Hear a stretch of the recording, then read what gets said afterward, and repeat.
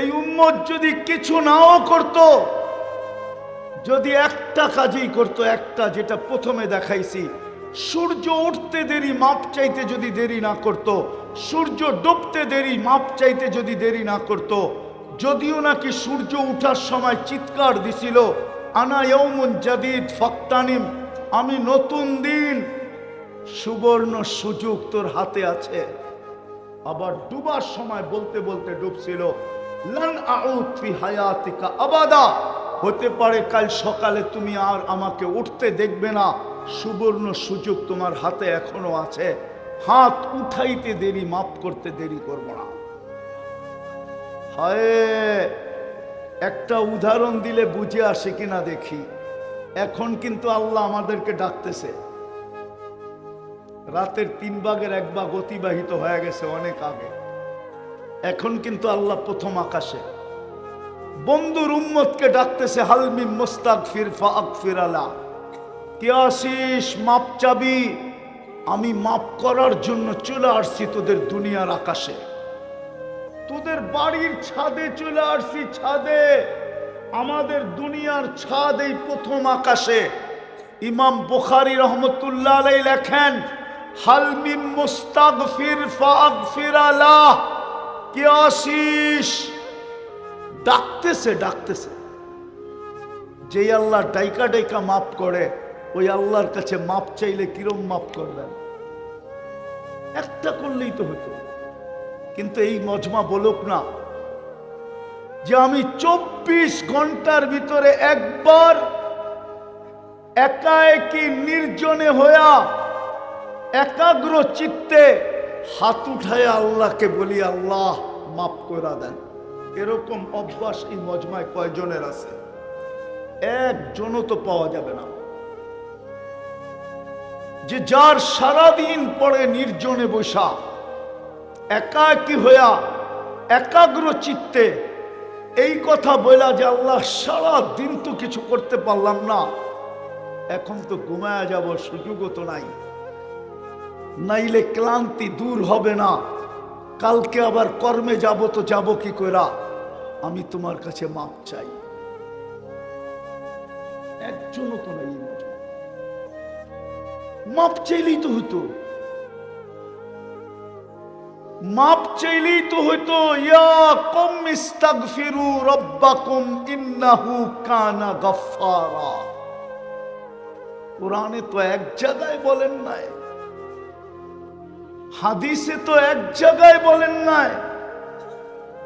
হায় হায়, একটা হাদিস শোনাবো, সময় আছে শোনাবো। এই উম্মতের তো মাপ চাইতে হয় না। এই উম্মত যদি চিন্তা করতে করতে করতে করতে এই পর্বে যে পচা মাথা ধরা চিৎকার দেয়, হয় আমি বুঝি শেষ। আমি হাদিসে ইলাইকা গুফরানি ওয়া কুলতু লাকা লা তাহজান গফারতু লাকা যুনুবা ওয়াল আওসার ওয়া লিআজলিকা সাম্মাইতু নাফসি আল আজিজুল গফফার। আফসোস যদি মজমা আরবি বসতো। আল্লাহ তো বলে, বন্ধুর উম্মত তুই চিন্তা করতে করতে যদি মনে মনে এই সিদ্ধান্তে পৌঁছলি যে আমি বুঝি দুযোগী হয়ে গেলাম, আল্লাহ বলে এই সিদ্ধান্তে পৌঁছতে দেরি, আমি তোকে রেজার চাদর দিয়া ঢাকতে দেরি করি না, মাগফিরাতে ডুবাইতে দেরি করি না, ছুটা আইসা তোর পিঠে হাত রাখতে দেরি করি না, আর চিৎকার দিয়া বলতে দেরি করি না, চিন্তার কোনো কারণ নাই। তোর এই ভাবনা তোর গুনাহকে মাফ করায় দিছে। তোর জন্যই তো আমি আজিজুল গফফার। কিন্তু এই মজমা তো সারাদিনে একবারও মাপ চায়, একবারও মাপ চায় না। আরে প্রস্তুতি নিতে রাজি? হ্যাঁ, তাহলে সর্বপ্রথম কাজ যেটা করতে হবে, আজকে মনের থিকা তওবা করতে হবে। পারবেন? কে কে পারবেন দেখি? মনের থিকা কিন্তু পাক্কা? তাইলে বলেন, আল্লাহ অতীত থেকে তওবা করলাম। না মান, আপনি যদি মনের থিকা বলে থাকেন গুনাহ মাফ, কোরআনে হাত দিয়া বলা যায় গুনাহ মাফ, কসম খায়া বলা যায় নিষ্পাপ, কোনো গুনাহ নেই। বাকি 2-3টা কাম করতে হবে, পারবেন? পারবেন? বলবো বলবো বলবো, সবাই পারবেন? কে কে পারবেন দেখি? পাক্কা?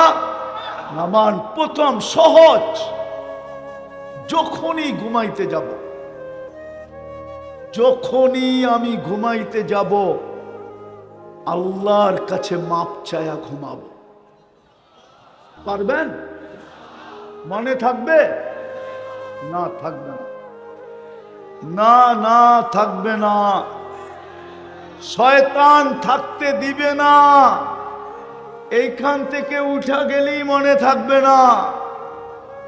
কুরআন বলে ওয়ামা আনসানিহু ইল্লা শাইতান, শয়তান মনে রাখতে আমাদেরকে দিবে না। এই জন্য আমি একটা পদ্ধতি বলতেছি, যদি আমল করতে পারেন। একটা সাদা কাগজ নিবেন, আর ওই সাদা কাগজে লিখবেন, একটা সাদা কাগজ নিবেন, ওই সাদা কাগজের ভিতরে লিখবেন বড় অক্ষরে, বড় অক্ষরে লিখবেন আমি মাপ চায়া ঘুমাবো। যেইখানে আপনি ঘুমান এমন জায়গায় এটাকে লাগান যে কামরায় ঢুকতেই আপনার প্রথম চোখে পড়ে, তাইলে আপনি বলবেন না। কিন্তু এরপরও দেখা যাবে মাঝে মাঝে শয়তান উঠায়া ফালায়া দিবে। যখনই দেখবেন এটা নাই, মনে করবেন শয়তান ফালায়া দিছে, আবার লেখা লাগায়া দেন। কসম খোদার, আপনি 6 মাস কন্টিনিউ করেন, আমার বিশ্বাস আপনি 6 মাস কন্টিনিউ করেন, আমার বিশ্বাস এই 6 মাস আল্লাহ যাইতে দিবে না। এর আগেই আপনি আমাকে খুঁজবেন, শুধু মনের কথাটা বলার জন্য যে হুজুর শিখাইলেন কি, আমি করতে শুরু করলাম কি, আর আল্লাহ আমাকে দেখাইতে শুরু করলো কি। আমরা দিন দিন প্রমাণ পাইতেছি বিদায় আমাদের বিশ্বাস বাড়তেছে। দিন দিন ডেলি দিন দিন প্রমাণ পাইতেছি, যুবকদের মাধ্যমে, পুরুষদের মাধ্যমে আমরা দিন দিন প্রমাণ পাইতেছি। যারা কন্টিনিউ করতেছে ওরা আমাদের কাছে ছুটে আইসা, কখনো ফজর পড়তে হয় আমার সাথে, ফজর পড়ে আমার সাথে, তারপরে বলে, কখনো রাস্তায় থামায় বলে, কখনো ফোন করা বলে। আমার বিশ্বাস আপনারাও যদি করতে পারেন 6 মাস পর্যন্ত আল্লাহ যেতে দিবেন। এর আগেই আপনি আপনার চোখে দেখতে থাকবেন। পারবেন? কি করব? যখনই ঘুমাবো তখনই মাপ চায়া ঘুমাবো। আর এটা সহজ করার জন্য সাদা কাগজে লেখা টানায়া দিব আমি মাপ চায়া ঘুমাবো। ঘরের মানুষগুলাকেও বলেন, ছেলে পেলে কেউ বলেন, মা বোনদেরকেও বলেন, যেন মাপ চায়া ঘুমায়। না হলে হতে পারে একদিন ঘুমাবো আর কোনোদিন ঘুমের থেকে উঠবো না, সুযোগ আমার হাতের থেকে চলে যাবে। সারা জীবন চোখের পানি ঝরাইলো, আল্লাহ একবারও তাকায় দেখবে না।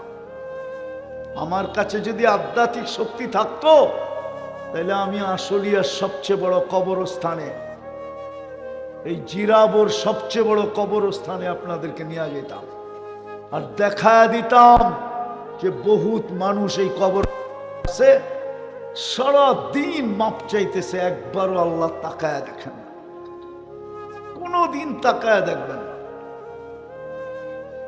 কোনদিন দেখবেন না। আর এটা যুক্তিসঙ্গত হয় না। আল্লাহ বলে যতদিন দুনিয়ার পিঠে ছিলি আমি তোকে মাপ করার জন্য ডাকতাম, কিন্তু তুই 24 ঘন্টায় হাত উঠায়া মাপ চাইতি না। আজকে তুই মাপ চাইলে আমি তাকাবো তো তাকাবো কেন? গুরুক্ষেপ করবো তো করবো কেন? দয়া দেখাবো তো দেখাবো কেন? পারবেন ডেলি শোয়ার সময় মাপ চায়া ঘুমাইতে? ওয়াদা? তার দ্বিতীয়, আজকের থেকে নামাজ কখনো ছাড়ব না। ওয়াদা? পাক্কা? সত্য? এর চেয়ে বড় অপরাধ কিছু নেই। বাংলা একটা প্রবাদ বাক্য আছে, শ্বশুর বাড়ি নিত্য গেলে বলে জুতার বাড়ি। আগেরটা বললাম না, শ্বশুর বাড়ি নিত্য গেলে কি, হুজুররা মনে হয় বোঝে নাই, ঠিক না? শ্বশুর বাড়ি মধুর হাড়ি নিত্য গেলে কি, অথচ মাইয়া উঠায়া দিয়া দিছে হাতে, ঠিক না?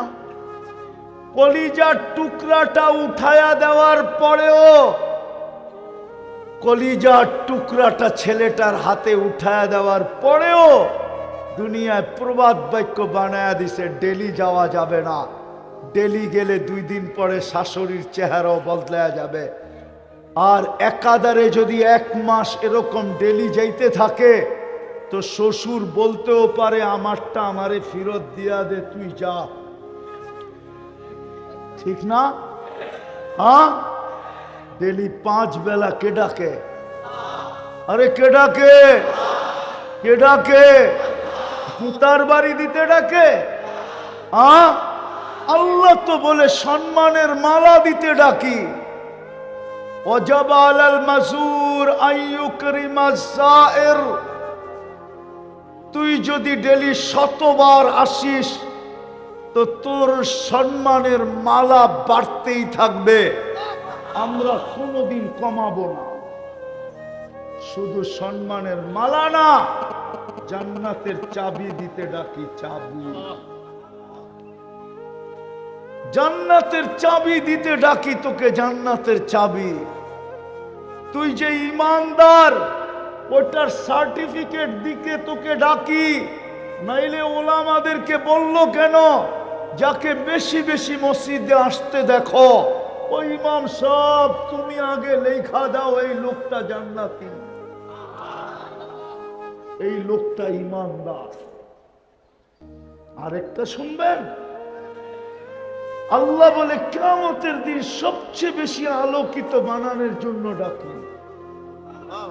তোর চেয়ে বেশি আলোকিত কিয়ামতের দিন কেউ হবে না।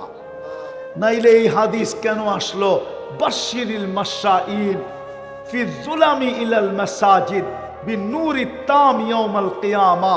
ও তোমরা সুসংবাদ দিয়া দাও, যাকে সকাল সন্ধ্যা মসজিদে আসতে দেখো, কিয়ামতের দিন ওর চেয়ে বেশি আলো কারো কাছে হবে না। সবচেয়ে বড়টা শোনাবো। আল্লাহ বলে তোকে ডাকতেছি প্রতিবেশী বানানোর জন্য। যেদিন কিয়ামতের দিন আমি ফেরেশতাদেরকে জিজ্ঞাসা করব, আইনা জিরানি, আমার প্রতিবেশীরা কোথায়? ফেরেশতা বলবে, সুবহান ওয়ালাকাল জিরান। ও আল্লাহ, আপনি তো পুত পবিত্র, আপনার আবার প্রতিবেশী হইল তো হইল কে? আপনার এইখানে আসলো তো আসলো কে? আপনি তো একাই ছিলেন এইখানে, সারা জীবনে তো একজনই আসলো, দ্বিতীয় কেউ তো আপনার এইখানে আসলো না। সারা জীবনে তো মুহাম্মদুর রাসূলুল্লাহ একবার আরশে গেল, আর কেউ তো গেল না। তা আল্লাহ ফেরেশতাদেরকে বলবে, তুই কি চিনিস না আমার ঘর দুনিয়াতে ছিল, যারা আমার ঘরে বেশি বেশি আসা যাওয়া করত, ওরাই তো আমার প্রতিবেশী, ওদেরকে ডাক আর আমার ডান পাশে বসা।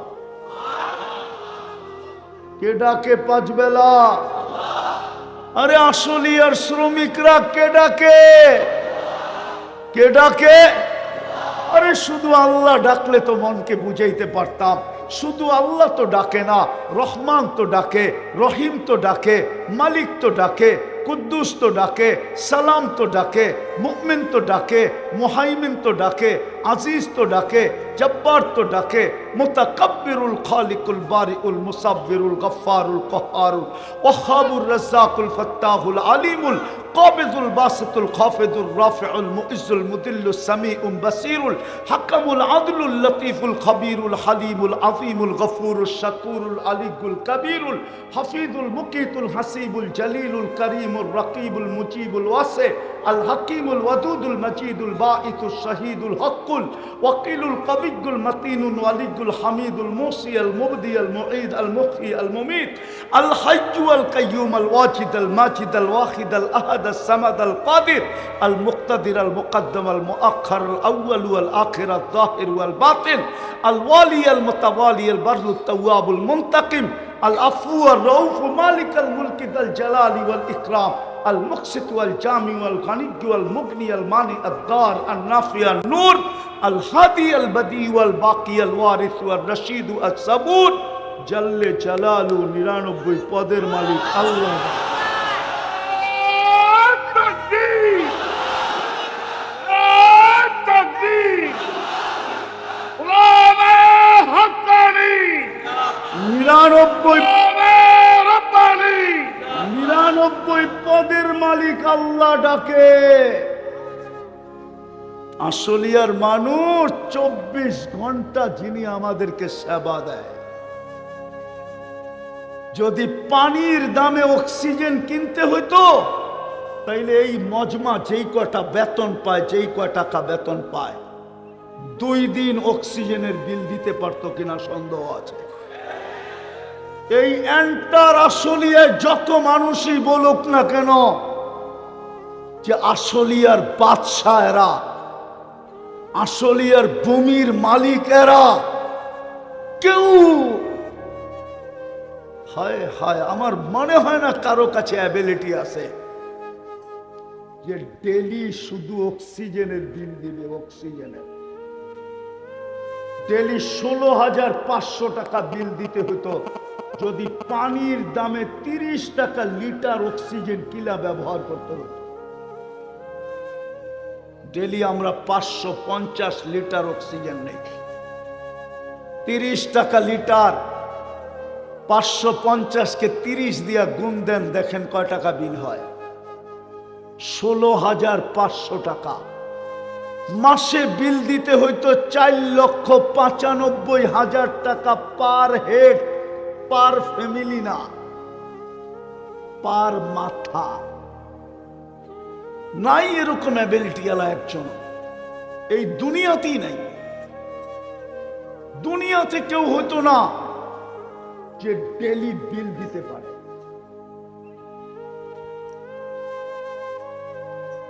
কে দেয় বিল? কে দেয়? কে দেয়? হ্যাঁ, ওই আল্লাহ ডাকে যে ডেলি 16,500 টাকা পেড করে। শ্রমিক পেশার মানুষগুলা রাগ হয় না। জিব্বা যদি আমাদেরকে 7 চেক করে না দিত তাইলে সকালে আর ফ্যাক্টরিতে যাওয়ার স্রোত কি হয় এইখানে, এর চেয়ে বেশি প্লেট হাতে নিয়ে স্রোত হইতো প্যাথোলজি সেন্টারের সামনে যে আমাকে 7 চেক করে দাও, আমাকে নাস্তা করতে হবে। তাইলে বোঝা যেত কয় টাকা ডেলি দিতে হয়। জিব্বা 7 চেক করে দেয়, 1 টাকা বিল নেয় না। আবার আজ পর্যন্ত কোনো ভুল রিপোর্ট দেয় নাই। যতদিন পর্যন্ত আমি বেঁচে থাকবো এই জিব্বা কোনো ভুল রিপোর্ট দিবে না। বিজ্ঞান আজ পর্যন্ত খুঁজে পায় নাই জিব্বার ভিতরে এরকম কি লাগানো আছে ও ছুঁইতে দেরি, রিপোর্ট দিতে দেরি করে না। আজ পর্যন্ত বিজ্ঞান এই জিব্বায় কোনো উপাদান খুঁজে পায় নাই। পাইলে এতদিনে মেশিন বানায় ফেলতো। ওই আল্লাহ ডাকে 5 বেলা, এর চেয়ে বড় অপরাধ কিছু নাই। এর চেয়ে বড় অপরাধ কিছু নাই, এর চেয়ে বড় অকৃতজ্ঞতা কিছু নাই, এর চেয়ে বড় নিমক হারামি কিচ্ছু নাই। আব্দুল কাদের জিলানী রহমতুল্লাহ আলাইহি লেখছেন, শুকর পর্যন্ত সকালবেলা বলে আল্লাহ প্রশংসা তোমার, আমি এখনই চক্ষু খুলব, কিন্তু আমার প্রথম দৃষ্টিটা কোনো হিন্দুর উপরে পড়ুক, ইহুদির উপরে পড়ুক, খ্রিস্টানের উপরে পড়ুক, বৌদ্ধর উপরে পড়ুক, কোন বিধর্মীর উপরে পড়ুক, কোন খোদা দ্রোহীর উপরে পড়ুক, কিন্তু কোনো বেনমাজির উপরে যেন না পড়ে। পড়বেন নামাজ, পড়বেন পড়বেন পড়বেন। এই মজমার জান্নাত এতটুকুই কমপ্লিট হয়ে যাবে যদি ডেলি মাপ চাইলো আর ডাক দিতে দেরি, দৌড় দিতে দেরি করলো না। এতটুকুই যদি এই মজমা করলো, রোজা তো বৎসরে একবার আসে। রোজা তো বৎসরে কয়বার আসে? কয়বার আসে? কয়বার আসে? এই মজমার জন্য তো রোজা এমনি সহজ। কি সত্য না? রাগ হয়ে যাবেন? মন মতো জীবনে কবে খায়া দেখতে পারছি, মন মতো জীবনে কবে পড়া দেখতে পারছি, মন মতো জীবনে কবে এই মজমা চলা দেখতে পারছে, মন মতো এই মজমা কবে বাড়িঘর বাড়া করে দেখতে পারছে। এই মজমার জীবন তো এরকমই চলতেছে, এদিক দিয়া ডাকলে আরেক দিক দিয়া খোলা যায়, আরেক দিক দিয়া ডাকলে আরেক দিক দিয়া খোলা যায়। বিদায় এই মজমার জন্য তো রোজা এমনি সহজ। মনে হয় বুঝাইতে পারলে, ঠিক না?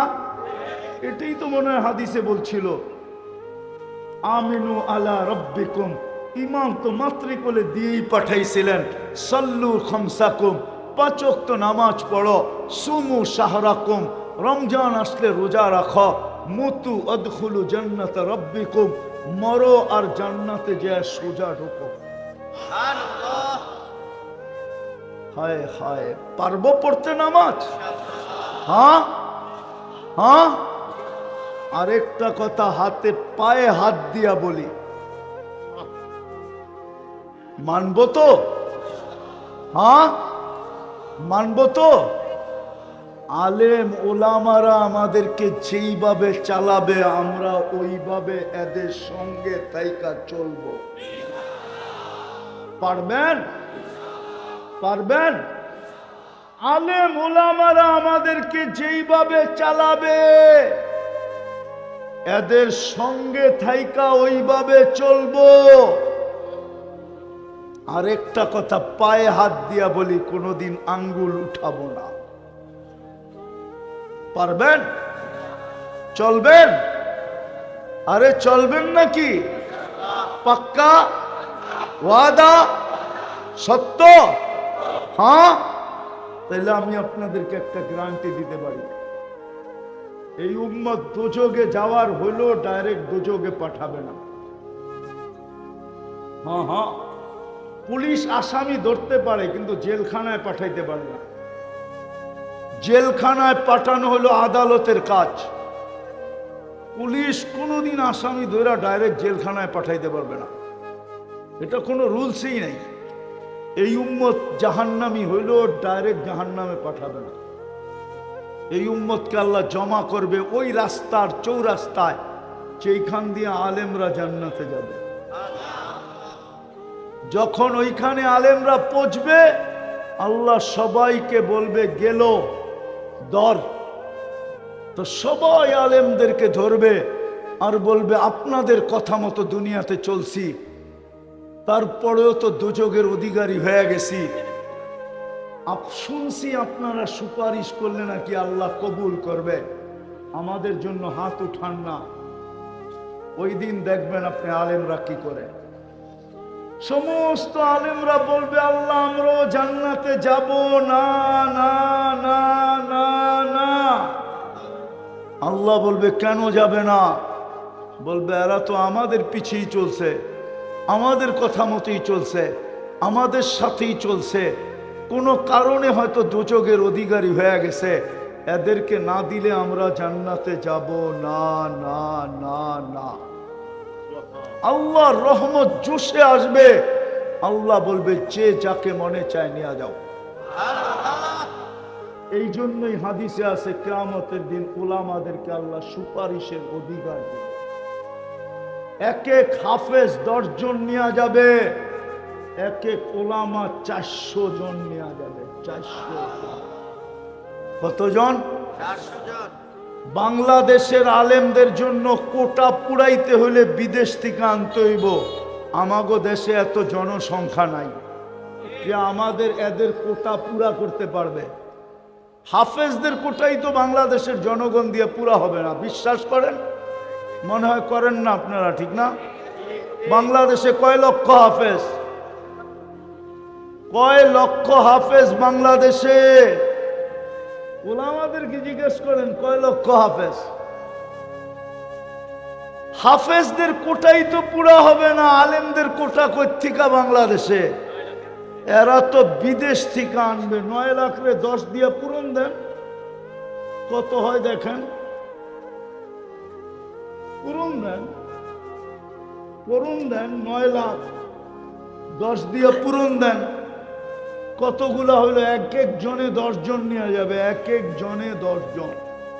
হ্যাঁ, হায় হায় হায় হায়, ওদের কোটাই তো পুরা হবে না।